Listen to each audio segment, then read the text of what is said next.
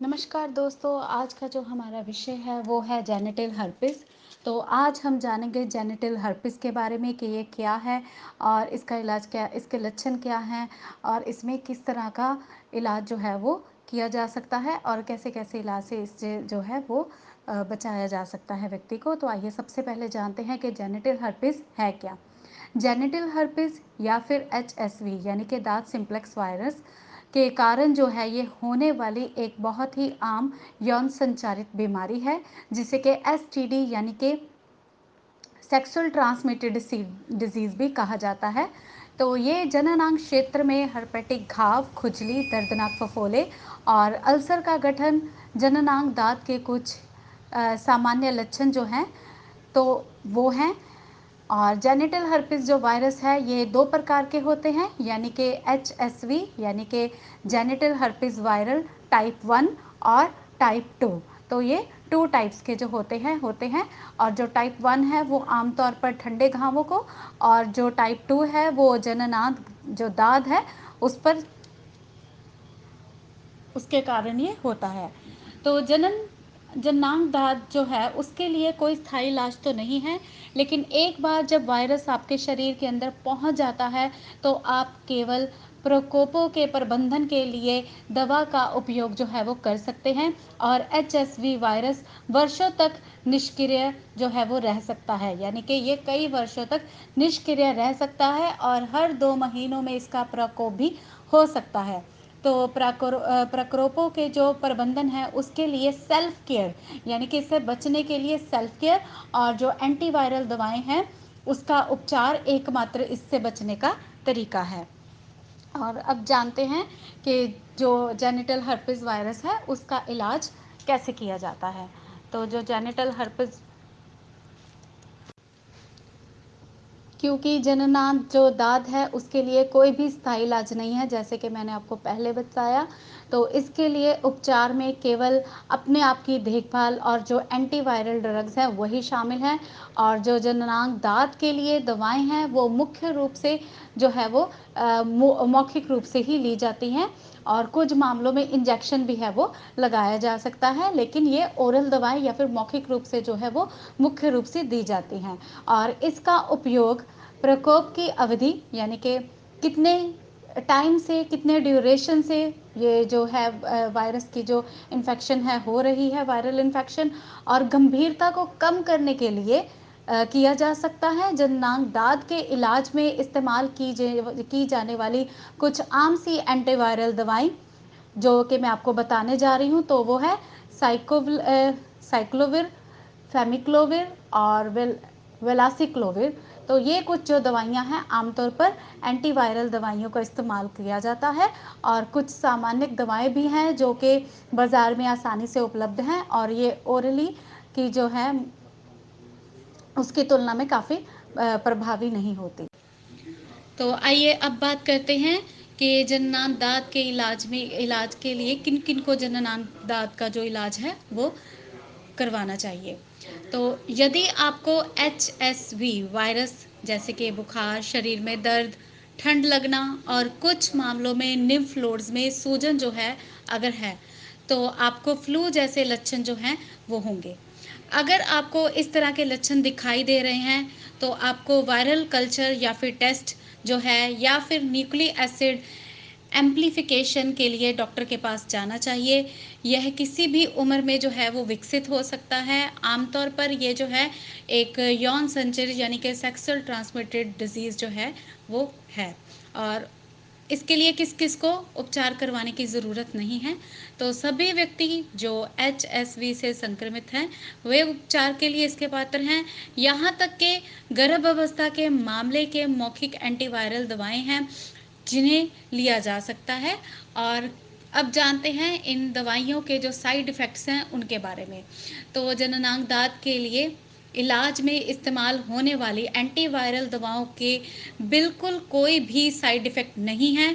तो रोगियों को जो दमनकारी उपचार के मामलों में दैनिक रूप से दवा पर हैं, केवल कुछ बहुत ही मामूली और हल्के से साइड इफ़ेक्ट्स जैसे कि अपच होना यानी कि इंडाइजेशन, खुजली, या फिर खुश्क मुंह या फिर ड्राई माउथ होना और जलन का जो अनुभव है वो करते हैं। एंटीवायरल ड्रग्स के लिए ये साइड इफ़ेक्ट्स बहुत ही आम हैं और आमतौर पर ये 1 या फिर 2 दिन तक रहते हैं। और उपचार के बाद क्या दिशा निर्देश होते हैं उसके बारे में अब मैं आपको बताती हूँ, क्योंकि इसका जैसे कि मैंने पहले बताया कोई उपचार नहीं है, तो इसीलिए इसके उपचार के बाद जो दिशा निर्देश जो हैं वो नहीं हैं और सेल्फ केयर ही एकमात्र जो उपचार के साथ साथ जो उपचार के दिशा निर्देश हैं वो हैं। तो ठीक होने में इसको कितना समय लगता है, तो जननांग दाद जो है उसको ठीक नहीं किया जा सकता और इसीलिए इस बीमारी के लिए कोई रिकवरी का समय जो है वो अभी तक तय नहीं है। और यदि आप HSV से संक्रमित हैं तो आपके पास वायरस और बीमारी आजीवन रहेगी। केवल प्रकोप की गंभीरता और अवधि को कम किया जा सकता है। और जो भारत में इलाज है उसकी क्या कीमत है, तो जननांग दाद में इलाज के जो लिए इस्तेमाल की जाने वाली एंटीवायरल दवाएं हैं उनकी कीमत कोई ज़्यादा महंगी नहीं है, बल्कि कुछ दवाएं जो हैं वो 87 रुपये से शुरू होकर 400 रुपये तक की हो सकती हैं। और अब जानते हैं इसके उपचार का जो परिणाम है क्या वह स्थायी है या नहीं है। तो जननांग दाद के लिए कोई इलाज नहीं है, इसीलिए इसका उपचार का परिणाम जो है वो अभी तक लागू नहीं हो पाया है। तो अब जानते हैं उपचार के विकल्प क्या हैं। तो क्या कोई होम्योपैथिक दवाई है जिनका उपयोग जननांग दाद के विकल्प के रूप में किया जा सकता है, तो सबसे आम और प्रभावी होम्योपैथिक दवाएं में से कुछ नेट्रमुर, पेट्रोलियम और हेपरसेल्फ हैं जो कि जननांग दाद के लिए इसके अलावा और भी जो है वो आयुर्वेद पर बहुत ही प्रभावी हैं, यानी कि अगर आयुर्वेदिक दवाई ली जाए तो वो भी बहुत ही ज़्यादा प्रभावी हैं। तो बहुत प्रभावी आयुर्वेदिक दवाओं में से कुछ जो हैं वो हैं कचनार, गुलगुल, फेलेंथस निरूरी, नीम और करक्यूमिन कैप्सूल जो हैं वो इसके लिए बहुत ही लाभकारी हैं। तो आइए अब बात कर लेते हैं कि जेनिटल हर्पिस जो है वो उसका प्रेगनेंसी और जो बच्चों पर है वो क्या असर पड़ता है, यानी कि गर्भवती महिलाओं या फिर उनके बच्चों पर इसका क्या असर पड़ता है। तो जेनिटल हर्पिस जो है ये एक आम यौन संचरण यानी कि STD है, सेक्सुअल ट्रांसमिटेड डिजीज़ है जो कि स्त्री और पुरुष दोनों को ही प्रभावित कर सकता है। हालांकि इसके कारण महिलाओं को गर्भ धारण करने में कई सारी मुश्किलों का सामना करना पड़ता है और जेनिटल हर्पिस का असर ना सिर्फ प्रेगनेंसी पर पड़ता है बल्कि यह डिलीवरी को भी प्रभावित करता है। और आइए अब जानते हैं कि जेनिटल हर्पिस के बारे में कुछ और विस्तार से कि जेनिटल हर्पिस जो है जो वो क्या है और कैसे कैसे आगे ये फैलता है। तो ये एक यौन संचरित यानी कि STD है जो कि हर्पिस सिम्प्लेक्स नामक विषाणु प्रकार 1 और टाइप 2 यानी कि इसकी 2 टाइप्स हैं जो कि HSV टाइप 1 और HSV टाइप 2 से ये पैदा होता है। और किसी भी संक्रमित व्यक्ति के अगर संबंध जो है वो बना लिए जाए तो उससे वो भी बीमार हो सकती है और ये बहुत आसानी से होने वाला संक्रमण है। ये योनि, गुदा और जो मुख मैथुन है उसके माध्यम से आसानी से संचारित हो जाता है। और HSV1 से होने वाले हर्पिस में संक्रमण होठ, मुंह और चेहरे पर बहुत ही तेज़ी से फैलता है, जबकि HSV2 से होने वाला जो संक्रमण है वो गुप्त अंगों को प्रभावित करता है। तो आइए अब जानते हैं कि जेनिटल हर्पिस का जो है वो प्रेगनेंसी और नवजात शिशु पर क्या प्रभाव डालता है। हालांकि जो जेनिटल हर्पिस है वो बहुत ही आम यौन संचरित संक्रमण है यानी कि सेक्सुअल ट्रांसमिटेड डिजीज़ है, लेकिन आंकड़ों के अनुसार सही समय पर इलाज हो जाने के कारण 10,000 में से सिर्फ एक बच्चे पर ही इसका जो प्रभाव है वो पड़ सकता है। लेकिन फिर भी डॉक्टर्स के लिए ये चिंता का विषय बना रहता है कि सबसे पहले इस बात की जानकारी बहुत ही ज़रूरी है कि गर्भवती स्त्री को किस स्टेज में या ये इन्फेक्शन जो है वो हुआ था।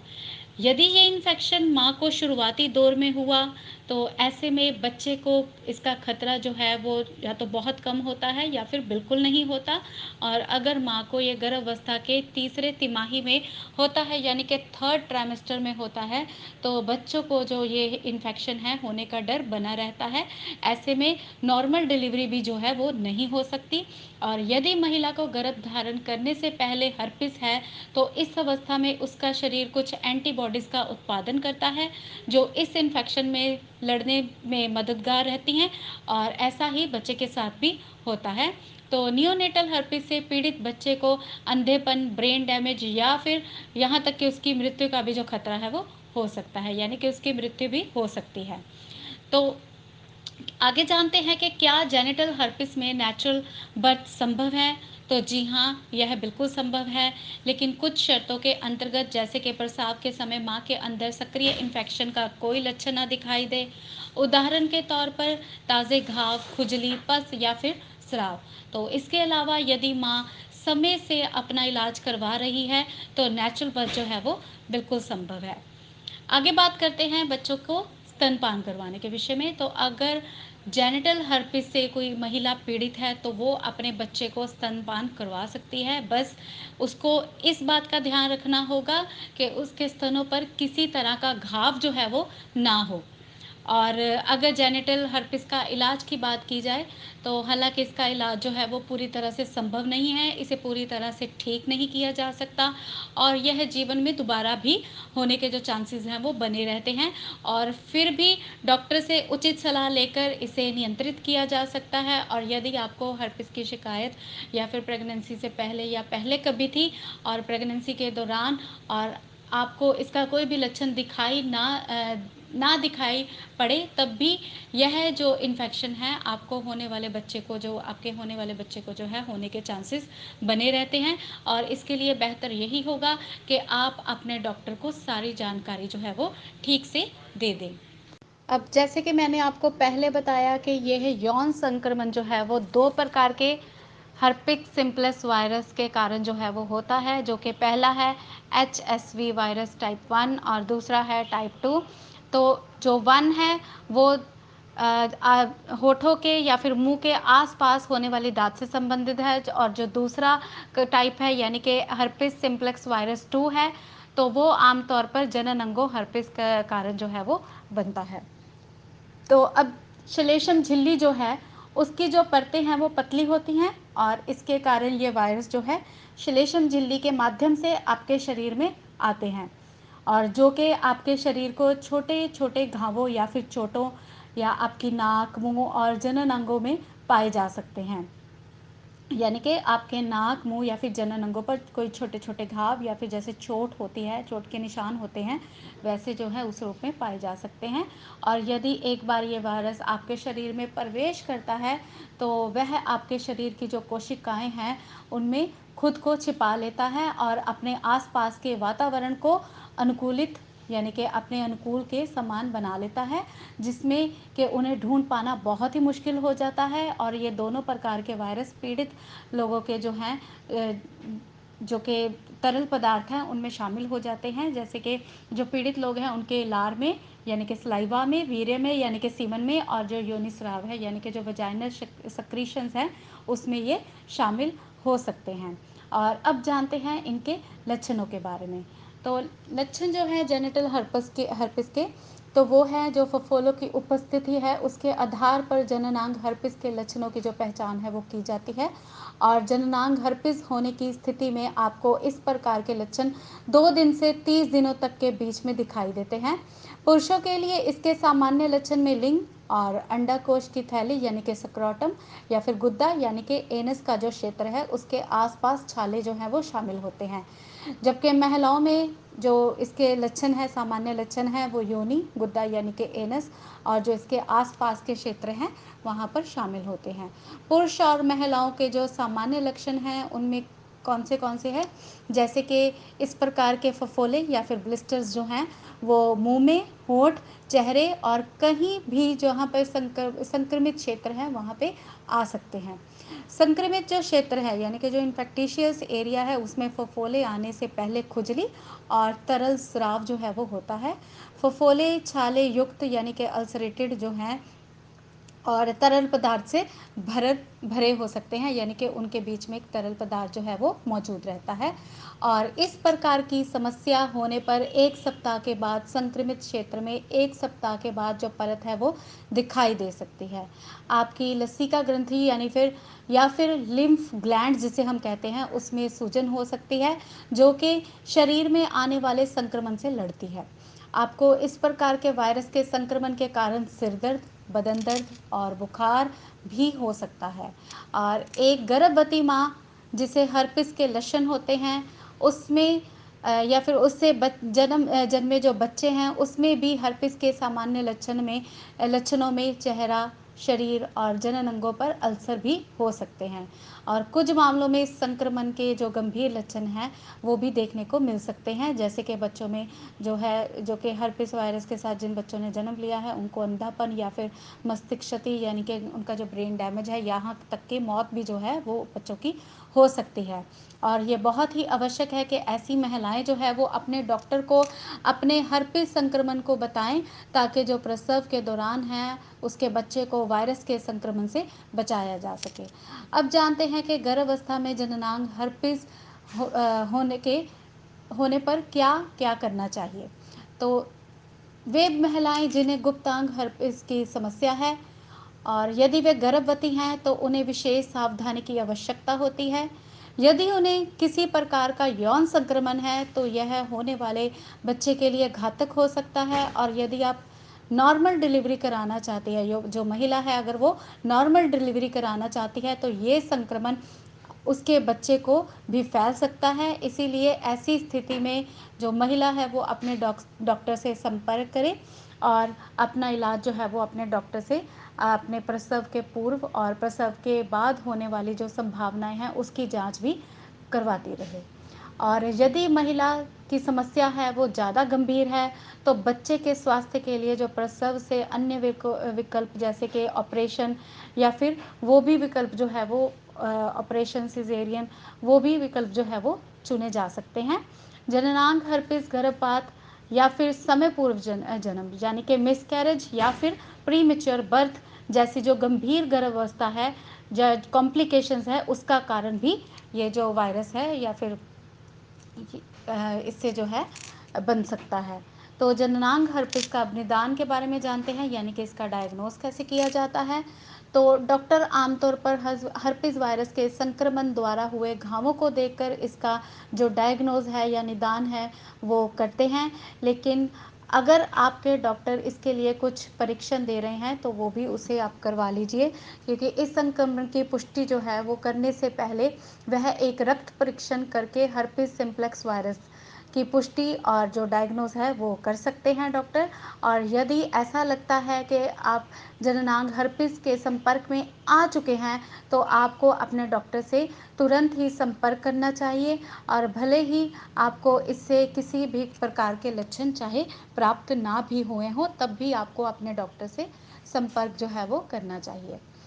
अब जानते हैं कि जननांग हर्पिस का जो इलाज है उसके बारे में। तो सबसे पहले इस संक्रमण में यानी कि जो इन्फेक्शन है उसका इलाज कराने से पहले इस बात को व्यक्ति जो है या मरीज़ जो है वो समझ ले कि उपचार इस संक्रमण के प्रकोप को कम कर सकता है, लेकिन ये आपको हर्पिस सिम्प्लेक्स वायरस का इलाज नहीं कर सकता। और आप इस प्रकार के संक्रमण का इलाज करने के लिए एंटीवायरल दवाओं का उपयोग भी कर सकते हैं। और इन दवाओं का उपयोग आप अपने घावों के स्राव को रोकने के लिए और उनके दर्द को कम करने के लिए उपयोग कर सकते हैं। इस प्रकार की दवाओं का उपयोग जननांग हर्पिस के अन्य लक्षणों जैसे कि खुजली और जलन यानी कि इचिंग और इरिटेशन आदि का उपचार भी जो है वो किया जा सकता है। जननांग हर्पिस के जो घरेलू उपचार हैं उनके बारे में बात करेंगे। तो यौन संक्रमण से उत्पन्न जननांग हर्पिस का उपचार करने के लिए हम कुछ विशेष प्रकार की दवाओं का भी उपयोग कर सकते हैं, लेकिन यदि आप चाहें तो इसके लिए कुछ प्रभावकारी घरेलू उपचार भी मौजूद हैं, जो बिना किसी अतिरिक्त परेशानी के इस समस्या से छुटकारा जो है वो दिला सकते हैं। और आइए अब जानते हैं कुछ जननांग हर्पिस को दूर करने के लिए कुछ जो घरेलू उपाय हैं उनके बारे में। तो सबसे पहले है सेंधा नमक, उसके बाद हम बात करेंगे एलोवेरा के बारे में, एलोवेरा से कैसे उपचार किया जा सकता है। उसके बाद ठंडी सिकाई दे के भी आप उपचार कर सकते हैं, जिससे कि जलन से राहत मिलती है। नारियल का तेल इस्तेमाल करके, हाइड्रोजन परऑक्साइड का इस्तेमाल करके, और सेब का सिरका का इस्तेमाल करके, लहसुन का इस्तेमाल करके और बेकिंग सोडे का इस्तेमाल करके। तो सबसे पहले हम बात करेंगे सेंधा नमक जो है वो कैसे लाभदायक है जो हर्पिस वायरस है उसके इलाज के लिए। तो उपचारिक उपचार गुणों की उपस्थिति के कारण जो सेंधा नमक है उसका उपयोग गुप्तांग हर्पिस के उपचार के लिए उपयोग किया जाता है, और ये न केवल उसकी मरीज़ की त्वचा को पुनर्जीवित करने में मदद करता है, बल्कि ये जो मरीज़ के शरीर पर घावों को कम करने में भी मदद करता है। और यदि मरीज़ जननांग हर्पिस से ग्रस्त है तो अपने नहाने के पानी में सेंधा नमक का उपयोग कर सकते हैं। इसके लिए आपको एक बाल्टी गर्म पानी में लगभग 1/4 सेंधा नमक मिलाना होगा और फिर इस पानी से नहाएं, और जो पानी है वो गर्म होना चाहिए या फिर कुनकुना होना चाहिए। और ये आपके शरीर में मौजूद सभी प्रकार के जो हानिकारक विषैले पदार्थ हैं उनको भी बाहर करने में मदद करता है, और इस तरह से आप सेंधा नमक का उपयोग करके गुप्तांग हर्पिस के लक्षणों को कम कर सकते हैं। तो अब बात कर लेते हैं एलोवेरा के साथ जो है इलाज करने के लिए। तो जेनिटल हर्पिस में जो हम एलोवेरा का है वो इस्तेमाल कैसे कर सकते हैं। तो दुनिया भर में जो एलोवेरा है बहुत ही प्रसिद्ध है, खास करके जो त्वचा संबंधित समस्याएं हैं उनके लिए ये बहुत ही एक अच्छी औषधि का काम करता है। और इसकी त्वचा जो उपचार क्षमता है और गुणों के कारण ये विभिन्न प्रकार की त्वचा समस्याओं जिसमें कि हर्पिस भी शामिल है उसका उपचार के लिए बहुत ही उपयोग जो है ये किया जा सकता है। और जननांग हर्पिस जो प्रभावी क्षेत्र हैं उसमें एलोवेरा लगाने पर जलन और दर्द दोनों से ही छुटकारा दिलाया जा सकता है, बल्कि यह संक्रमित त्वचा को शीतलन प्रभाव करता है, यानी कि जो संक्रमित त्वचा है उसमें ये ठंडक देता है और आराम भी दिलाने में मदद करता है। बस आपको प्रभावित क्षेत्र में एलोवेरा लगाना है और इसे सूखने देना है, और यह आपको हर्पिस से छुटकारा दिलाने में सबसे आसान तरीका जो है वो हो सकता है।